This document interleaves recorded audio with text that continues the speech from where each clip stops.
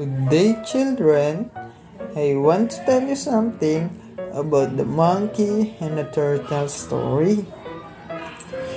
Once upon a time, there was a turtle who was very kind and patient. He had many friends. Among them was a monkey who was very selfish. He always wanted to have the best part of everything. One day, a monkey and a turtle found a banana tree on a river. They pitched it out, and because it wanted the tree from himself, they cut it in half. The monkey, being the stronger one, took the part with leaves despite the turtle protest.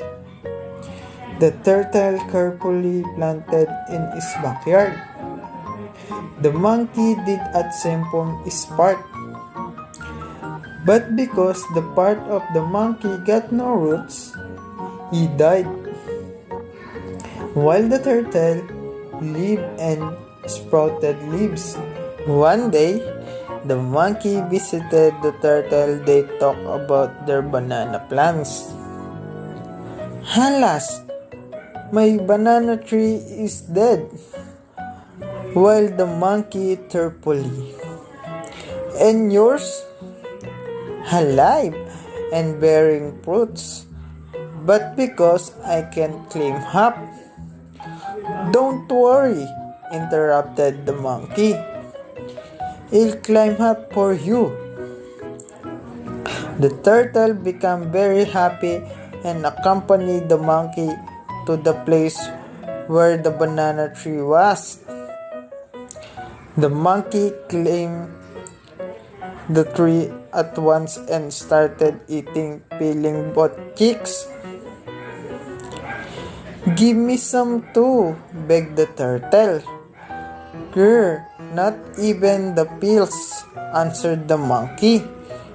So, to get even with the monkey, the turtle nailed thorns on the trunk of the banana tree and went to hide under a coconut shell. How, said the monkey as he came down from the tree and with such a pain went to sit on a coconut shell to tend his wounds. But while he was pulling out the thorns and snailed his restless tail went inside a hole in a coconut shell.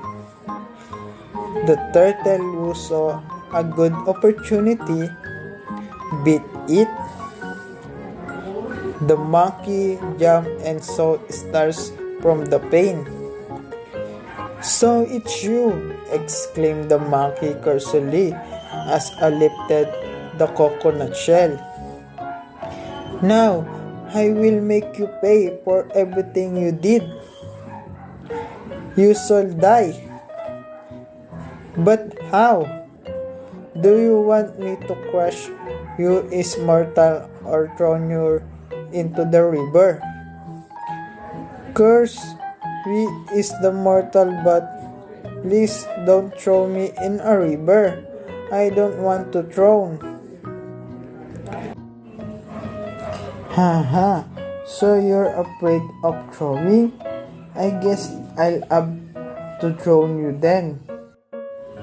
And into the river he threw the turtle, who swam away happily. The moral of this story is don't abuse people who are kind to you, to avoid getting angry, and have patience to get a lot of grace.